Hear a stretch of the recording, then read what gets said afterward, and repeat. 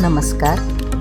वैदिक विश्व या यूट्यूब चॅनलवर आपले सहर्ष स्वागत आहे. वैदिक सणांचे योग रहस्य भाग 16. भीष्म द्वादशी. या दिवशी पितामह भीष्मांनी आपला शरपंजरी पहुडलेला देह सोडून प्राणत्याग केला. म्हणून आजचे दिवशी भीष्मांना तर्पण करायचे असते.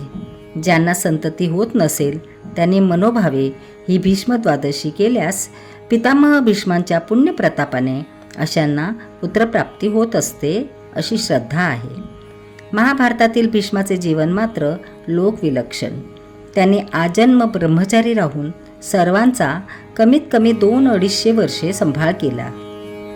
आपले मरण स्वतःच सांगितले आणि शरपंजरी देह पडला असताना सुद्धा उत्तरायण लागेपर्यंत कुडीत प्राण ठेवला आणि ज्या दिवशी उत्तरायण लागले त्या दिवशी कुडीचा त्याग केला. तिकडे भगवान श्रीकृष्णाची लीला काही औरच. त्यांनी फक्त एक बाण लागल्याचे निमित्त करून देहत्याग केला आणि त्यांचे परमभक्त भीष्म मात्र शेकडो बाण लागून सुद्धा प्राण काढायला तयार नाही.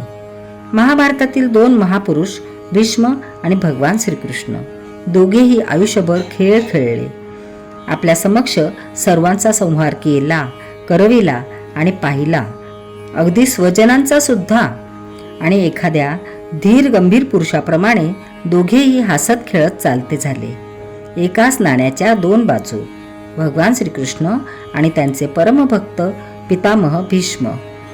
त्यांचे परमपावन, परमपराक्रमी आणि परमधन्य अशा स्मृतीनिमित्त आजची भीष्म द्वादशी सर्वजण साजरी करतात.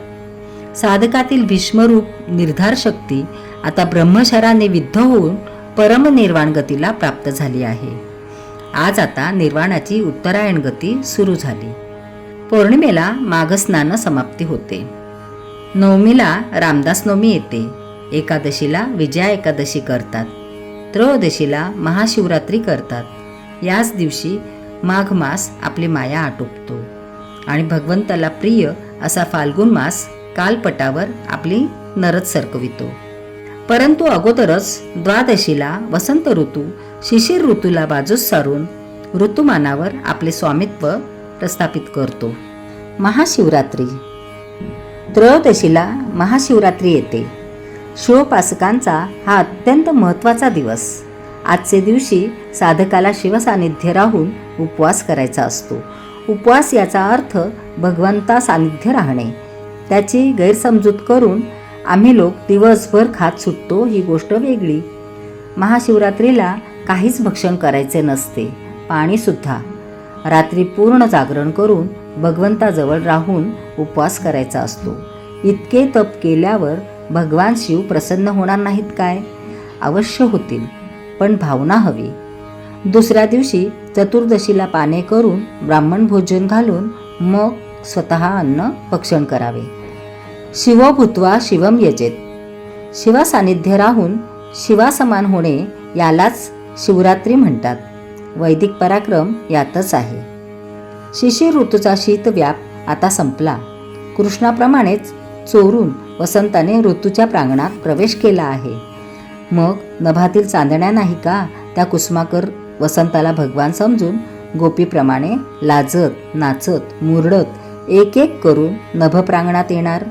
गोविंदाग्रज कवी म्हणतात, नाचत या गगनात नाथा, ताऱ्यांची बरसात नाथा, आणिक होती माणिक मोती, चंदेरी दर्यात नाथा, नाचत या गगनात नाथा. आता चंदेरी दर्याची रात सुरू होणार आहे उद्यापासून. भारतातील प्राचीन योग साधनेच्या प्रसारासाठी या चॅनलची निर्मिती करण्यात आलेली आहे. माहिती आवडल्यास चॅनल सबस्क्राईब करा, इतरांना शेअर करा. पुन्हा भेटूया पुढील भागात. धन्यवाद.